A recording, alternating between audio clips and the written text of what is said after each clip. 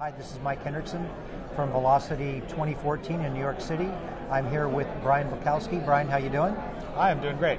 So you're the CTO and co-founder of Aerospike? Co-founder of Aerospike, yes. And Aerospike, I noticed you guys about 3 years ago coming on the scene. What do you guys do? We're a NoSQL database company. So we're known for our speed. And the way I say it now is we're as fast as Redis and as scalable as Cassandra. So you need that kind of in-memory speed like you're used to getting out of Redis today, but you're tired of fighting clustering problems, you need to expand, you need to start using flash storage as well as being able to use RAM. That's when you should reach for Aerospike. And flash storage is a memory architecture? Can you tease that out a little bit? Absolutely. So flash is SSDs, it's in your laptop, it's in your phone, and then it moved to the data center.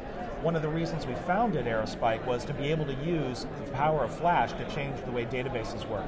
Instead of using rotational disks, which have the limitations of spinning metal, flash doesn't have that. Flash is a lot faster, but it's also better at random access. So all the internal algorithms that you use in terms of database indexing all change. So what are some of the performance gains by doing flash? I mean, do you have numbers on that? Or Absolutely. Most of our customers do use flash in their infrastructure, but although some of them are also have RAM data sets. So with a RAM data set, and I know this is going to sound crazy, we can do 1 million transactions per second on a single Amazon instance out of RAM, which is also about what Redis can do. So you should know it's possible because Redis can do it, but we also do it clustered. Now, when you start using RAM, of course, performance drops down. Individual transaction latency will increase at about 0.1 milliseconds. That's the access time of flash. And we start finding that servers are able to take on 50,000 transactions per second, or if you really load them up with high-quality drives, you can get it north of 200 to 300,000 transactions per second. We did a case study with Intel on their last generation system with a template using one of our customers that's already in production and has been in production for 4 years.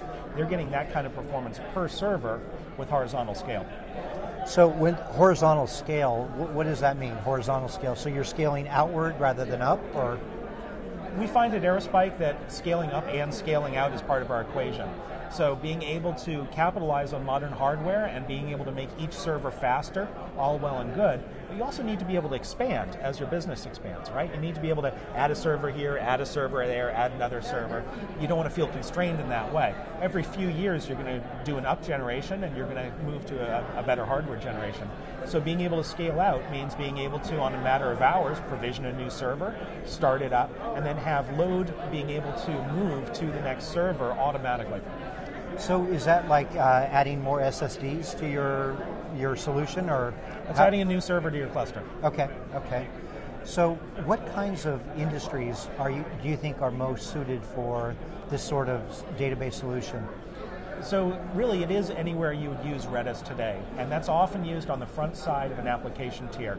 So what we see, and a lot of folks using Aerospike today, is there's a huge analytics tier. That analytics tier has a whole bunch of Hadoop, it has a whole bunch of Vertica, it has a whole bunch of all kinds of different solutions depending on the kind of data, the kind of query, the kind of insights you're trying to find. But then, how do you move those insights into real time as part of your web experience? It's all nice to be able to analyze your business, do BI, decide long-term trends, but what if you want to do things moment by moment? I was talking to a guy from a edutech company. He was talking about starting to use big data to determine question by question in a test, or page by page in a learning experience, how to guide people through and get much faster and more effective learning. And reinforce what they learned, yeah. Reinforce what you learned. Yeah. So the model there is, on the back side, on the analytics side, you're going to create all those patterns. You're going to say, oh, if someone makes this mistake, if someone makes this, bring them back to a particular new question and repeat a model. But on the front side, you have to do that moment by moment. Every web click, you want to bring in as much data as possible and customize and personalize the experience. So this was pioneered, really, I think, the last generation of advertising technology companies around 2008, and that's when Aerospike got started. We started satisfying a lot of these really big advertising companies that are personalizing ads and keeping a lot of user data on the front side of their application. But now we're seeing just industry after industry, from telecoms. Telecoms are doing what they call personalized routing, which is looking at your recent router traffic to, on a packet-by-packet basis, determine where on the network it should go. pretty crazy, the idea of doing a database call in a router. Yeah. I mean, that's crazy. I'm an old router guy. And yet, with an in-memory database like Aerospike, you can actually do that. There's a typical router in a mobile system is only doing 200, 300,000 packets per second. Well, if on a single server you can do 1 million, you can do personalized routing, but you need failover and high availability, which is where Aerospike clustering comes in. Is personalization going to get better because of this then? Absolutely. You know, right now when I go to a website and someone serves up an ad to me that obviously has been brokered, and it's for O'Reilly events, they obviously don't know I work at O'Reilly and that I don't, need to have that ad served to me. It's like a waste of their money or time. The advertising industry is very complicated, and that there are multiple players with a lot of different algorithms. And the more data that they can use, Exactly. the more cleanliness that they can apply. Some of that's on the backside with better analytics and better filters. Some of it's on the front side by just having more data about your recent experience. So we're just the database company. Just the database company. So again, what kind of industry verticals, other than, let's say, the advertising world, are there other industry verticals? Absolutely. So I mentioned EduTech as a great example of being able to personalize your experience to be able to get you to learn better. Telecom industry in terms of being able to route packets based on your user profile, where you've been recently.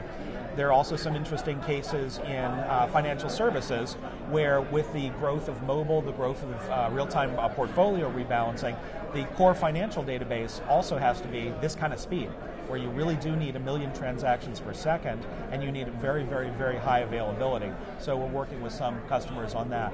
We're also finding cases in other retail, where retail personalization is really taking off. And it started out with daily deals. It started out figuring out when to discount and when not to discount. Because if you can discount, maybe you shouldn't. Right. Well, that's just bottom line. I mean, if you just know, wait a minute, look at this guy, don't discount this guy, you can simply make more profit. In some cases, you should be upselling. In some cases, you should be cross-selling. You can also create different new personalized experiences, driving someone back to a particular area.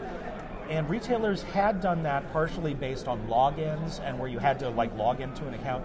Now they realize they can just find repeat visitors, and repeat visitors are most of the internet. So the customers you don't have are much more interesting than the customers you know and already love your brand and will come back to you anyway.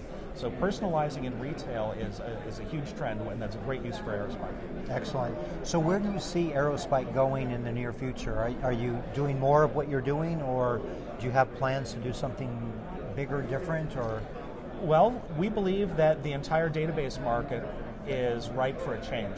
Oh, yeah. And the paper by Michael Stonebreaker a number of years ago, where he said the database needs a rewrite based on multiple cores, new networks, and flash technology, but also cloud. He didn't mention that cloud, that was a few years early.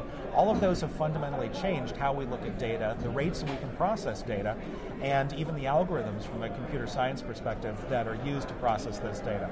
So piece by piece, the new database companies like ourselves, like some of the other NoSQL players, are adding component after component. So in terms of enterprise adoption, adding security, as per the security guys' needs, we've already started doing that with some of our high-end financial services customers. As we start seeing new networking technologies, we're starting to work with 100 gig in terms of very high access, as well as some of the old financial services players. SolarFlare, great low latency networking solution, great for Aerospike use as well. So we have a huge amount to build out, more indexing types, support for different clouds, embedding in different clouds, what we're starting to call multi-cloud solutions, because you don't want to bet on only Hybrid, one cloud, right, exactly. and you don't want to bet on just one data center. Yep. You need to move that data back and forth. With Aerospike, the fact that we support multiple geographic areas and the ability to sync your data in real time between data centers, folks are doing this already, but we can make that even easier for them and make ourselves truly a multi-cloud, multi-location aware database. Excellent. Brian, this sounds like great stuff for the future and for now. So thank you for your time, and we'll see you at the next event. Great. Thank you. Thanks.